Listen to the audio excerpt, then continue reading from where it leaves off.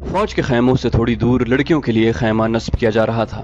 وہاں سے کوئی 100 قدم دور زخمی قیدیوں کے لیے خیمے تھے۔ وہاں بھی ایک خیمہ گاڑا جا رہا تھا اور 6 نئے زخمی قیدی زمین پر لیٹے ہوئے تھے۔ لڑکیاں ان کی طرف دیکھ رہی تھیں۔ دونوں خیمے کھڑے ہو گئے۔ لڑکیاں اپنے خیمے میں چلی گئیں اور زخمیوں کو ان کے اپنے خیمے میں لے گئے۔ ایک سنتری لڑکی کے خیمے کے باہر کھڑا ہو گیا۔ لڑکیوں کے لیے کھانا آ گیا جو انہوں نے کھا لیا۔ پھر ایک لڑکی خیمے سے نکل کر اس خیمے کی طرف دیکھنے لگی جس میں 6 نئے زخمی قیدیوں کو لے گئے تھے۔ اس کے چہرے پر اب گھبراہٹ اور خوف کا کوئی تاثر نہیں تھا۔ سنتری نے اسے دیکھا اور اس نے سنتری کو دیکھا۔ لڑکی نے مسکرا کر اشارہ کیا کہ وہ زخمیوں کے خیمے کی طرف جانا چاہتی ہے۔ سنتری نے سر ہلا کر اسے روک دیا۔ لڑکیوں کو خیمے سے دور جانے یا کسی سے ملنے کی اجازت نہیں تھی۔ لڑکیوں اور 6 زخمیوں کے خیموں کے درمیان بہت سے درخت تھے۔ بائیں طرف مٹی کا ایک ٹیلا تھا جس پر جھاڑیاں تھیں۔ سورج غروب ہو گیا، پھر رات تاریک ہونے لگی۔ کیمپ کے غلغپاڑے پر نیند غالب آنے لگی اور پھر زخمیوں کے کراہنے کی آوازیں رات کے سکوت میں کچھ زیادہ ہی صاف سنائی دینے لگیں۔ دور پرے بحیرہ روم کا شور دبی دبی مسلسل گونج کی طرح سنائی دے رہا تھا۔ صلاح الدین ایوبی کے اس جنگی کیمپ میں جاگنے والوں میں چند ایک سنتری تھے، یا وہ زخمی قیدی جنہیں زخم سونے نہیں دیتے تھے، یا صلاح الدین ایوبی کے خیمے کے اندر دن کا سما تھا۔ وہاں کسی کو نیند نہیں آتی تھی۔ سلطان ایوبی کے 3 سالار اس کے پاس بیٹھے تھے اور باہر محافظ دستہ بیدار تھا۔ سلطان ایوبی نے ایک بار پھر کہا، علی بن سفیان ابھی تک نہیں آیا؟ اس کے لہجے میں تشویش تھی۔ اس نے کہا، اس کا قاصد بھی نہیں آیا، اگر کوئی گڑبڑ ہوتی تو اطلاع اب تک آ چکی ہوتی۔ ایک سالار نے کہا، معلوم ہوتا ہے وہاں سب ٹھیک ہے، امید تو یہی رکھنی چاہیے۔ صلاح الدین ایوبی نے کہا، لیکن 50,000 کے لشکر نے بغاوت کر دی تو سنبھالنا مشکل ہو جائے گا۔ وہاں ہماری نفری 1,500 سوار اور 2,700 پیادہ ہے۔ ان کے مقابلے میں سوڈانی بہتر اور تجربہ کار عسکری ہیں اور تعداد میں بہت زیادہ ہیں۔ ناجی اور اس کے سازشی ٹولے کے خاتمے کے بعد بغاوت ممکن نظر نہیں آتی۔ ایک اور سالار نے کہا، قیادت کے بغیر سپاہی بغاوت نہیں کریں گے، پیش بندی ضروری ہے۔ صلاح الدین ایوبی نے کہا، لیکن علی آ جائے تو پتہ چلے گا کہ پیش بندی کس قسم کی جائے۔ صلیبیوں کے روکنے کے لیے تو صلاح الدین ایوبی خود آیا تھا، لیکن دارالحکومت میں سوڈانی فوج کی بغاوت کا خطرہ تھا۔ علی بن سفیان کو سلطان ایوبی نے وہیں چھوڑ دیا تھا تاکہ وہ سوڈانی لشکر پر نظر رکھے اور بغاوت کو اپنے خصوصی فن سے دبانے کی کوشش کرے۔ اسے اب تک صلاح الدین ایوبی کے پاس آ کر وہاں کے احوال و کوائف بتانے، مگر وہ نہیں آیا تھا جس سے سلطان ایوبی بے چین ہوا جا رہا تھا۔ وہ جب اپنے سالاروں کے ساتھ قاہرہ کی صورتحال کے متعلق باتیں کر رہا تھا، اس کا تمام کیمپ گہری نیند سو چکا تھا، مگر وہ 7 لڑکیاں جاگ رہی تھیں جنہیں سلطان ایوبی نے پناہ میں لے لیا تھا۔ ایک بار سنتری نے خیمے کا پردہ اٹھا کر دیکھا، اندر دیا جل رہا تھا۔ پردہ ہٹتے ہی لڑکیاں خراٹے لینے لگیں۔ سنتری نے دیکھا کہ وہ پوری ساتھ ہیں اور سو رہی ہیں، تو اس نے پردہ گرا دیا اور خیمے کے ساتھ لگ کر بیٹھ گیا۔ خیمے کے پردے کے ساتھ جو لڑکی تھی اس نے نیچے سے پردہ ذرا اوپر اٹھایا۔ پردہ آہستہ سے چھوڑ کر اس نے ساتھ والی کے کان میں کہا، بیٹھ گیا ہے۔ ساتھ والی نے اگلی لڑکی کے کان میں کہا، بیٹھ گیا ہے، اور اس طرح کانوں کان یہ اطلاع 7 لڑکیوں تک پہنچ گئی کہ سنتری بیٹھ گیا ہے۔ ایک لڑکی جو خیمے کے دوسرے دروازے کے ساتھ تھی آہستہ سے اٹھ بیٹھی اور بستر سے نکل گئی۔ بستر زمین پر بچھے تھے۔ اس نے اوپر لینے والے کمبل اس طرح بستر پر ڈال دیے جیسے ان کے نیچے لڑکی لیٹی ہوئی ہے۔ وہ پاؤں پر سرکتی خیمے کے دروازے تک گئی، پردہ ہٹایا اور باہر نکل گئی۔ باقی 6 لڑکیوں نے آہستہ آہستہ خراٹے لینے شروع کر دیے۔ سنتری کو معلوم تھا کہ یہ سمندر سے بچ کر نکلی ہوئی پناہ گزین لڑکیاں ہیں، کوئی خطرناک قیدی تو نہیں۔ وہ بیٹھ کر اونگتا رہا۔ لڑکی دبے پاؤں ایسے رخ پر ٹیلے کی طرف چلتی گئی جس رخ سے اس کے اور سنتری کے درمیان خیمہ حائل رہا۔ ٹیلے کے پاس پہنچ کر اس نے اس خیمے کا رخ کر لیا جس میں 6 نئے قیدی رکھے گئے تھے۔ رات تاریک تھی، وہاں کچھ درخت تھے۔ سنتری اب ادھر دیکھتا بھی تو اسے لڑکی نظر نہ آتی۔ لڑکی بیٹھ گئی اور پاؤں پر سرک سرک کر آگے بڑھنے لگی۔ آگے ریت کی ڈھیریاں سی تھیں۔ وہ ان کی اوٹ میں سرکتی ہوئی خیمے کے قریب پہنچ گئی، مگر وہاں ایک سنتری ٹہل رہا تھا۔ لڑکی ایک ڈھیری کے پاس لیٹ گئی۔ سنتری اسے سیاہ سائے کی طرح نظر آ رہا تھا۔ وہ اب 2 سنتریوں کے درمیان تھی، ایک اس کے اپنے خیمے کا اور دوسرا زخمیوں کے خیمے کا۔ اسے ڈر یہ تھا کہ زخمیوں کا سنتری اس کی طرف آ گیا تو وہ پکڑی جائے گی۔ بہت دیر انتظار کے بعد سنتری دوسرے زخمیوں کی طرف چلا گیا۔ لڑکی ہاتھوں اور گھٹنوں کے بل چلتی خیمے تک پہنچ گئی اور پردہ اٹھا کر اندر چلی گئی۔ اندر اندھیرا تھا۔ 2-3 زخمی آہستہ آہستہ کراہ رہے تھے۔ شاید ان میں سے کسی نے خیمے کا پردہ اٹھتا دیکھ لیا تھا۔ اس نے نحیف آواز میں پوچھا، کون ہے؟ لڑکی نے منہ سے ش کی لمبی آواز نکال لی اور سرگوشی میں بولا، رابن کہاں ہے؟ اسے جواب ملا، ادھر سے تیسرا۔ لڑکی نے تیسرے آدمی کے پاؤں ہلائے تو آواز آئی، کون ہے؟ لڑکی نے جواب دیا، موبی۔ رابن اٹھ بیٹھا۔ ہاتھ لمبا کر کے لڑکی کو بازو سے پکڑا اور اسے اپنے بستر پر گھسیٹ لیا، اسے اپنے پاس لٹا کر اوپر کمبل ڈال دیا۔ اس نے لڑکی کو اپنے ساتھ لگا لیا اور کہا، میں اس اتفاق پر حیران ہوں کہ ہماری ملاقات ہو گئی۔ یہ ایک معجزہ ہے جس سے ظاہر ہوتا ہے کہ خدا یسوع مسیح کو ہماری کامیابی منظور ہے۔ ہم نے بہت بری شکست کھائی ہے، لیکن یہ سب دھوکہ تھا۔ یہ وہی زخمی قیدی تھا جو دوسروں سے الگ تھلگ اور چہرے مہرے اور جسم جثے سے معمولی سپاہی نہیں بلکہ اعلیٰ رتبے کا لگتا تھا۔ صلاح الدین ایوبی نے بھی کہا تھا کہ یہ کوئی معمولی سپاہی نہیں، اس پر نظر رکھنا، علی بن سفیان اس سے تفتیش اور تحقیقات کرے گا۔ تم کتنے کچھ زخمی ہو؟ لڑکی نے اس سے پوچھا۔ کوئی ہڈی تو نہیں ٹوٹی؟ میں بالکل ٹھیک ہوں، رابی نے جواب دیا، خراش تک نہیں آئی۔ انہیں بتایا ہے کہ اندر کی چوٹیں ہیں اور سینے کے اندر شدید درد ہے، لیکن میں بالکل تندرست ہوں۔ پھر یہاں کیوں آ گئے؟ لڑکی نے پوچھا۔ میں نے بہت کوشش کی کہ مصر میں داخل ہو جاؤں اور سوڈانی لشکر تک پہنچ سکوں، لیکن ہر طرف اسلامی فوج پھیلی ہوئی ہے، کوئی راستہ نہیں ملا۔ ان 5 زخمیوں کو اکٹھا کیا اور ان کے ساتھ زخمی بن کر یہاں آ گیا۔ اب فرار کی کوشش کروں گا جو ابھی ممکن نظر نہیں آتی۔ اس نے ذرا غصے سے کہا، مجھے 2 سوالوں کے جواب دو۔ ایوبی کو میں نے زندہ دیکھا ہے، کیا تیر ختم ہو گئے تھے یا وہ حرام خور بزدل ہو گئے ہیں؟ اور دوسرا سوال یہ کہ تم ساتھ کی ساتھ لڑکیاں مسلمانوں کی قید میں کیوں آ گئیں؟ کیا وہ 5 مر گئے ہیں یا بھاگ گئے ہیں؟ وہ زندہ ہیں رابن، موبی نے کہا۔ تم کہتے ہو کہ خدا یسوع مسیح کو ہماری کامیابی منظور ہے، لیکن میں کہتی ہوں کہ ہمارا خدا ہمیں کسی گناہ کی سزا دے رہا ہے۔ صلاح الدین اس لیے زندہ ہے کہ تیر اس کے پاؤں کے درمیان ریت میں لگا۔ کیا تیر کسی لڑکی نے چلایا تھا؟ رابن نے پوچھا۔ کرسٹوفر کہاں ہے؟ اسی نے چلایا تھا، مگر کرسٹوفر کا تیر خطا گیا؟ رابن نے حیرت سے پوچھا۔ وہ کرسٹوفر جس کی تیر اندازی نے شاہ اگسٹس کو حیران کر دیا تھا اور اس کی ذاتی تلوار انعام میں لی تھی، یہاں آ کر اس کا نشانہ اتنا چوک گیا کہ 6 فٹ لمبا اور 3 فٹ چوڑا صلاح الدین اس کے تیر سے بچ گیا۔ بدبخت کے ہاتھ ڈر سے کانپ گئے ہوں گے، فاصلہ بہت زیادہ تھا، موبی نے کہا، اور کرسٹوفر کہتا تھا کہ تیر کمان سے نکلنے ہی لگا تھا کہ کھلی ہوئی آنکھ میں مچھر پڑ گیا، اسی حالت میں اس کا تیر نکل گیا۔ پھر کیا ہوا؟ جو ہونا چاہیے تھا۔ صلاح الدین ساحل پر گیا تھا تو اس کے ساتھ 3 کمانڈر تھے اور 4 محافظوں کا دستہ تھا۔ وہ ہر طرف پھیل گئے۔ یہ تو ہماری خوش قسمتی تھی کہ علاقہ چٹانی تھا۔ کرسٹوفر بچ کے نکل گیا اور پھر ہمیں اتنا وقت مل گیا کہ ترکش اور کمان ریت میں دبا کر اوپر اونٹ بٹھا دیں۔ سپاہی آ گئے تو کرسٹوفر نے انہیں بتایا کہ وہ 5 مراکش کے تاجر ہیں اور یہ لڑکیاں سمندر سے نکل کر ہماری پناہ میں آئی ہیں۔ مسلمان سپاہیوں نے ہمارے سامان کی تلاشی لی، انہیں تجارتی سامان کے سوا کچھ بھی نہ ملا۔ وہ ہم سب کو سلطان ایوبی کے سامنے لے گئے۔ ہم نے یہ ظاہر کیا کہ ہم سسلی کی زبان کے سوا اور کوئی زبان نہیں جانتی۔ کرسٹوفر نے ایوبی سے کہا کہ وہ ہماری زبان جانتا ہے۔ ہم 7 لڑکیوں نے چہرے پر گھبراہٹ اور خوف پیدا کر لیا۔ موبی نے رابن کو وہ ساری باتیں بتائیں جو سلطان ایوبی کے ساتھ ہوئی تھی۔ یہ 7 لڑکیاں اور 5 آدمی جو مراکشی تاجروں کے بھیس میں تھے، حملے سے 2 روز پہلے ساحل پر اتارے گئے تھے۔ 5 آدمی صلیبیوں کے تجربے کار جاسوس اور کمانڈو تھے، اور لڑکیاں بھی جاسوس تھیں۔ جاسوسی کے علاوہ ان کے ذمے یہ کام بھی تھا کہ مسلمان سالاروں کو اپنے جال میں پھانسیں۔ وہ خوبصورت تو تھی ہی، انہیں جاسوسی اور ذہنوں کی تخریب کاری کی خاص ٹریننگ دی گئی تھی۔ اس ٹریننگ میں اداکاری خاص طور پر شامل تھی۔ 5 مردوں کا یہ مشن تھا کہ صلاح الدین ایوبی کو ختم کرنا اور ناجی کے ساتھ رابطہ رکھنا۔ یہ لڑکیاں مصر کی زبان روانی سے بول سکتی تھیں، لیکن انہوں نے ظاہر نہیں ہونے دیا۔ رابن اس شعبے کا سربراہ تھا، اسے ناجی تک پہنچنا تھا، مگر صلاح الدین ایوبی اور علی بن سفیان کی چال نے یہاں کے حالات کا رخ ہی الٹا کر دیا۔ کیا تم صلاح الدین کو جال میں نہیں پھانس سکتی؟ رابن نے پوچھا۔ ابھی تو یہاں پہلی رات ہے، موبی نے کہا۔ اس نے ہمارے متعلق جو فیصلہ کیا ہے، اگر وہ سچے دل سے دیا ہے تو اس کا مطلب یہ ہے کہ وہ مرد نہیں پتھر ہے۔ اگر اس سے ہمارے ساتھ کوئی دلچسپی ہوتی تو کسی ایک لڑکی کو اپنے خیمے میں بلا لیتا۔ وہ ایک ہی بار ساحل پر آیا تھا، مگر تیر خطا گیا۔ ادھر ایک سنتری ہمارے سر پر کھڑا ہے اور محافظوں کے پورے دستے نے سلطان ایوبی کے خیمے کو گھیر رکھا ہے۔ وہ 5 کہاں ہیں؟ رابن نے پوچھا۔ تھوڑی دور ہیں، موبی نے جواب دیا۔ وہ ابھی یہیں رہیں گے۔ سنو موبی، رابن نے کہا، اس شکست نے مجھے پاگل کر دیا ہے۔ میرے ضمیر پر اتنا بڑا بوجھ آن پڑا ہے جیسے اس شکست کی ذمہ داری مجھ پر عائد ہوتی ہے۔ صلیب پر ہاتھ رکھ کر حلف تو سب سے لے لیا گیا ہے، لیکن ایک سپاہی کے حلف میں اور میرے حلف میں زمین آسمان جتنا فرق ہے۔ میرے رتبے کو سامنے رکھو، میرے فرائض کو دیکھو۔ آدھی جنگ مجھے زمین کے نیچے سے اور پیٹھ کے پیچھے سے وار کر کے جیتنی تھی، مگر میں اور تم 7 اور وہ 5 اپنا فرض ادا نہیں کر سکے۔ مجھ سے یہ صلیب جواب مانگ رہی ہے۔ اس نے گلے میں ڈالی ہوئی صلیب ہاتھ میں لے کر کہا، میں اسے اپنے سینے سے جدا نہیں کر سکتا۔ اس نے موبی کے سینے پر ہاتھ پھیر کر اس کی صلیب ہاتھ میں لے لی اور کہا، تم اپنے ماں باپ کو دھوکہ دے سکتی ہو، اس صلیب سے آنکھیں نہیں چرا سکتی۔ اس نے جو فرض تمہیں سونپا ہے وہ پورا کرو۔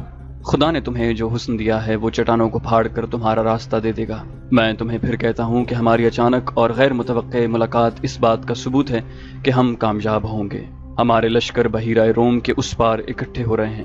جو مر گئے سو مر گئے، جو زندہ ہیں وہ جانتے ہیں کہ یہ شکست نہیں دھوکہ تھا۔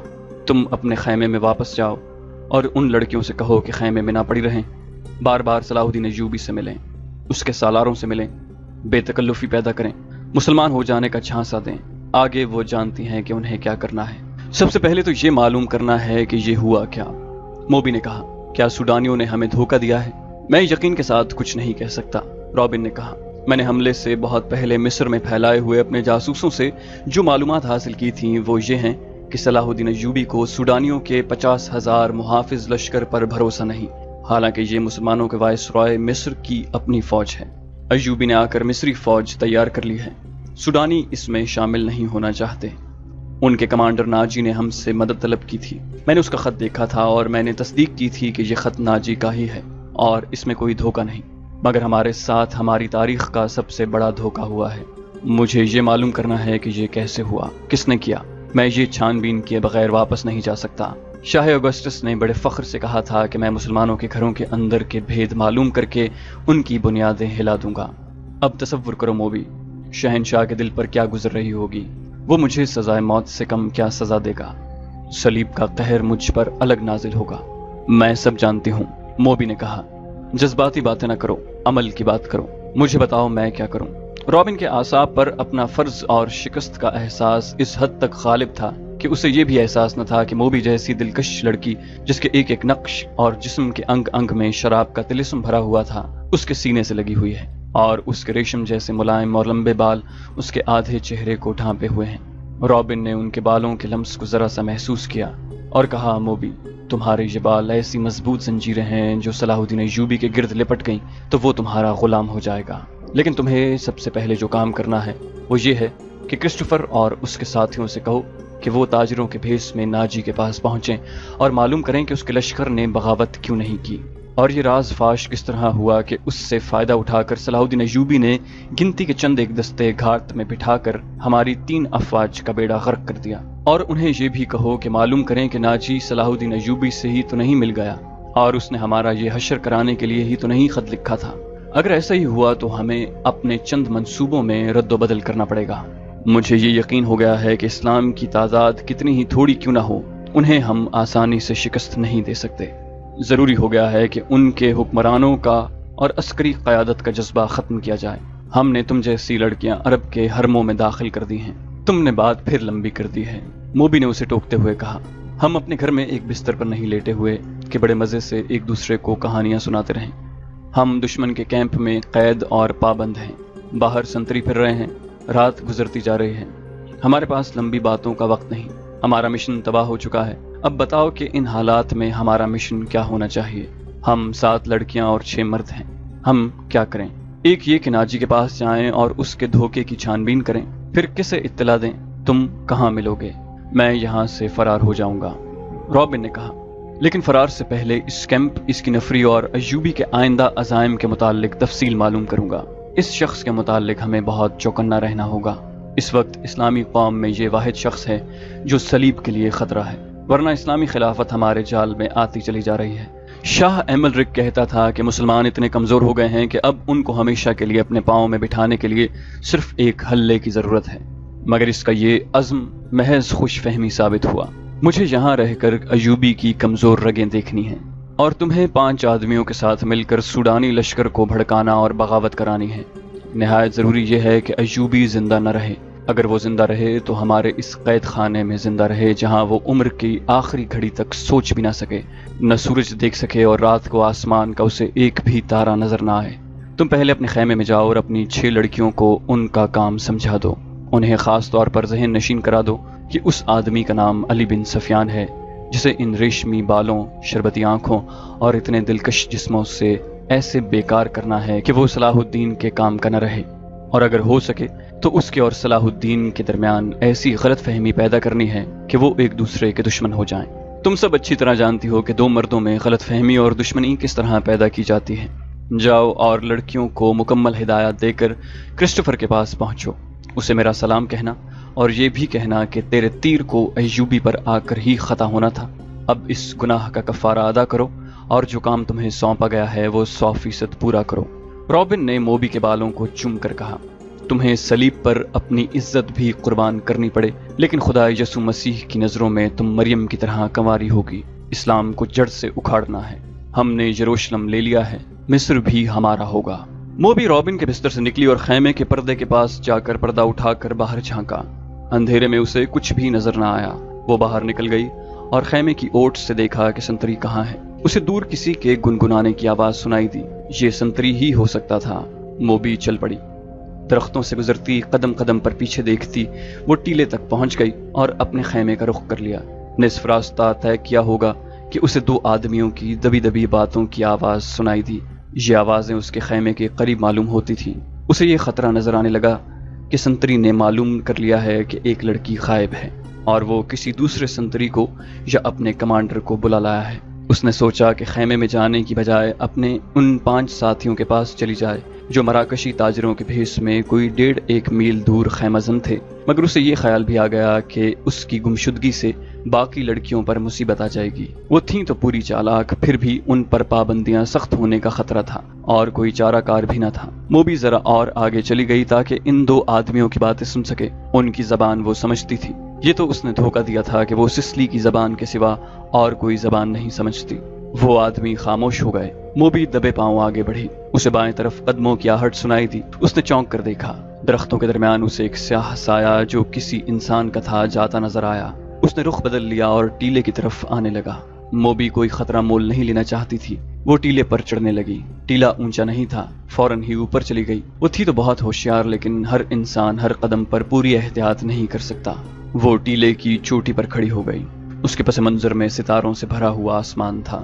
سمندر اور صحرا کی فضا رات کو آئینے کی طرح شفاف ہوتی ہے۔ درختوں میں جاتے ہوئے آدمی نے ٹیلے کی چوٹی پر ٹنڈ منڈ درختوں کے تنے کی طرح ایک سایہ دیکھا۔ موبی نے پہلو اس آدمی کی طرف کر دیا۔ اس کے بال کھلے ہوئے تھے جنہیں اس نے ہاتھ سے پیچھے کیا۔ اس کی ناک، سینے کا ابھار اور لمبا لبادہ تاریکی میں بھی راز کو فاش کرنے لگا۔ یہ آدمی رات کے سنتریوں کا کمانڈر تھا۔ وہ آدھی رات کے وقت کیمپ کی گشت پر نکلا اور سنتریوں کو دیکھتا پھر رہا تھا۔ یہ سنتریوں کی تبدیلی کا وقت تھا۔ کمانڈر اس لیے زیادہ چوکس تھا کہ سلطان ایوبی 3 سالاروں کے ساتھ کیمپ میں موجود تھا۔ سلطان ڈسپلن کا بڑا ہی سخت تھا۔ ہر کسی کو ہر لمحہ خطرہ لگا رہتا تھا کہ سلطان رات کو اٹھ کر گشت پر آ جائے گا۔ کمانڈر سمجھ گیا کہ ٹیلے پر کوئی لڑکی کھڑی ہے۔ اسی شام کمانڈروں کو خبردار کیا گیا تھا کہ صلیبیوں نے جاسوس اور تخریب کاری کے لیے لڑکیوں کو استعمال کرنا شروع کر دیا ہے۔ یہ لڑکیاں صحرائی خانہ بدوشوں کے بحروب میں بھی ہو سکتی ہیں اور ایسی غریب لڑکیوں کے بھیس میں بھی جو فوجی کیمپوں میں کھانے کی بھیک مانگنے آتی ہیں، اور یہ لڑکیاں اپنے آپ کو اغوا شدہ اور مظلوم ظاہر کر کے پناہ بھی مانگ سکتی ہیں۔ کمانڈروں کو بتایا گیا تھا کہ آج 7 لڑکیاں سلطان کی پناہ میں آئی ہیں جنہیں بظاہر رحم کر کے مگر مشتبہ سمجھ کر پناہ میں لے لیا گیا ہے۔ اس کمانڈر نے یہ احکام سن کر اپنے ایک ساتھی سے کہا تھا، اللہ کرے ایسی کوئی لڑکی مجھ سے پناہ مانگے، اور وہ دونوں ہنس پڑے۔ اب آدھی رات کے وقت جب سارا کیمپ سو رہا تھا، اسے ٹیلے پر ایک لڑکی کا ہیولہ نظر آ رہا تھا۔ پہلے تو وہ ڈرا کہ یہ چڑیل یا جن ہو سکتا ہے۔ اس نے نئے سنتری کو لڑکیوں کے خیمے پر کھڑا کر کے اسے بتایا کہ اندر 7 لڑکیاں ہیں۔ اس نے پردہ اٹھا کر دیکھا تو دیے کی پیلی روشنی میں اسے 7 بستر نظر آئے تھے۔ ہر لڑکی نے منہ بھی کمبلوں میں ڈھانپ رکھا تھا۔ سردی زیادہ تھی۔ اس نے اندر جا کر یہ نہیں دیکھا کہ 7واں بستر خالی ہے اور اس پر کمبل اس طرح رکھے گئے ہیں جیسے ان کے نیچے لڑکی سوئی ہوئی ہو۔ اسے معلوم نہیں تھا کہ 7ویں لڑکی ٹیلے پر اس کے سامنے کھڑی ہے۔ وہ کچھ دیر سوچتا رہا کہ اسے آواز دے یا اس تک خود جائے، یا اگر وہ جن چڑیل ہے تو اس کے غائب ہونے کا انتظار کرے۔ تھوڑی سی دیر کے انتظار کے بعد بھی وہ لڑکی غائب نہ ہوئی، بلکہ وہ 2-3 قدم آگے چلی اور پھر پیچھے کو چل پڑی اور پھر رک گئی۔ کمانڈر، جس کا نام فخر المصری تھا، آہستہ آہستہ ٹیلے تک گیا اور کہا، کون ہو تم؟ نیچے آؤ۔ لڑکی نے ہرن کی طرح چوکڑی بھری اور ٹیلے کی دوسری طرف اتر گئی۔ فخر کو یقین آ گیا کہ کوئی انسان ہے، جن چڑیل نہیں۔ وہ تنومند مرد تھا۔ ٹیلا اونچا نہیں تھا۔ وہ لمبے لمبے ڈگ بھرتا ٹیلے پر چڑھ گیا۔ ادھر بھی اندھیرا تھا۔ رات کی خاموشی میں اسے لڑکی کے قدموں کی آہٹ سنائی دی۔ وہ ٹیلے سے دوڑتا اترا اور لڑکی کے پیچھے گیا۔ لڑکی اور تیز دوڑ پڑی۔ فاصلہ بہت کم تھا، لیکن فخر مرد تھا، فوجی تھا، چیتے کی رفتار سے دوڑ رہا تھا۔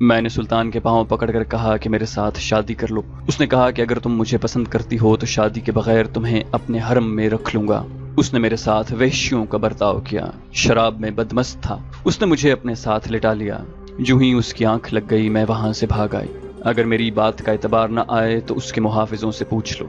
اس دوران ایک آدمی نے فخر کو قہوہ پلایا۔ ذرا سی دیر بعد فخر کا مزاج بدلنے لگا۔ اس نے نفرت سے کہا کہ ہمیں حکم دیتے ہیں کہ عورت اور شراب سے دور رہو، اور خود شراب پی کر راتیں عورتوں کے ساتھ گزارتے ہیں۔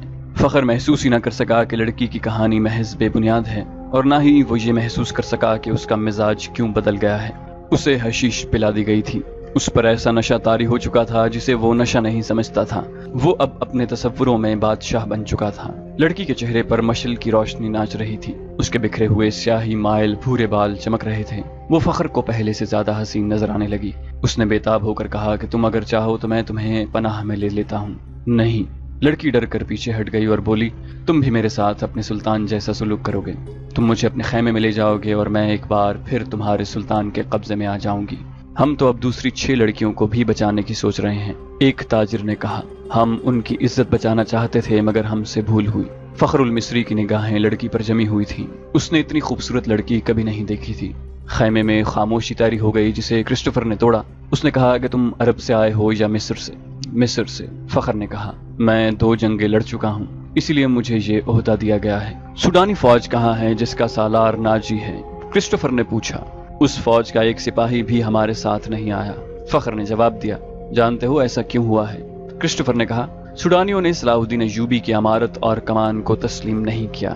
وہ فوج اپنے آپ کو آزاد سمجھتی ہے۔ ناجی نے سلطان ایوبی کو بتا دیا تھا کہ وہ مصر سے چلے جائیں کیونکہ وہ غیر ملکی ہیں۔ اسی لیے ایوبی نے مصریوں کی فوج بنائی اور لڑانے کے لیے یہاں لے آیا۔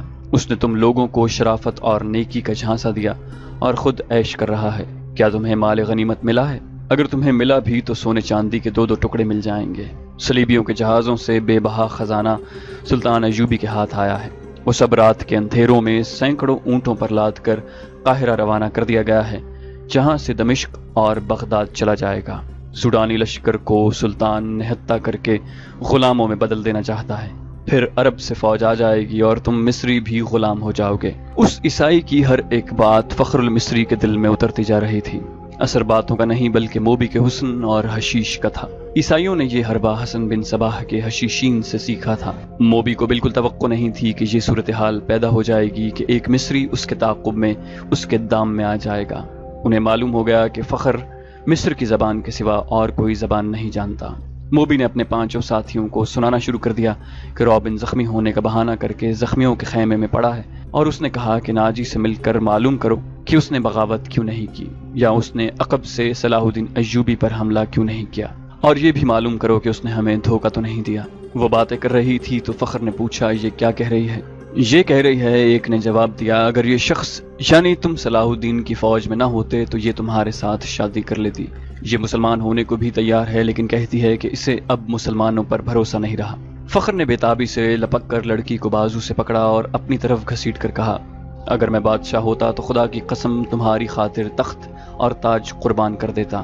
اگر شرط یہی ہے کہ میں صلاح الدین ایوبی کی دی ہوئی تلوار پھینک دوں تو یہ لو۔ اس نے کمر بند سے تلوار کھولی اور نیام سمیت لڑکی کے قدموں میں رکھ دی۔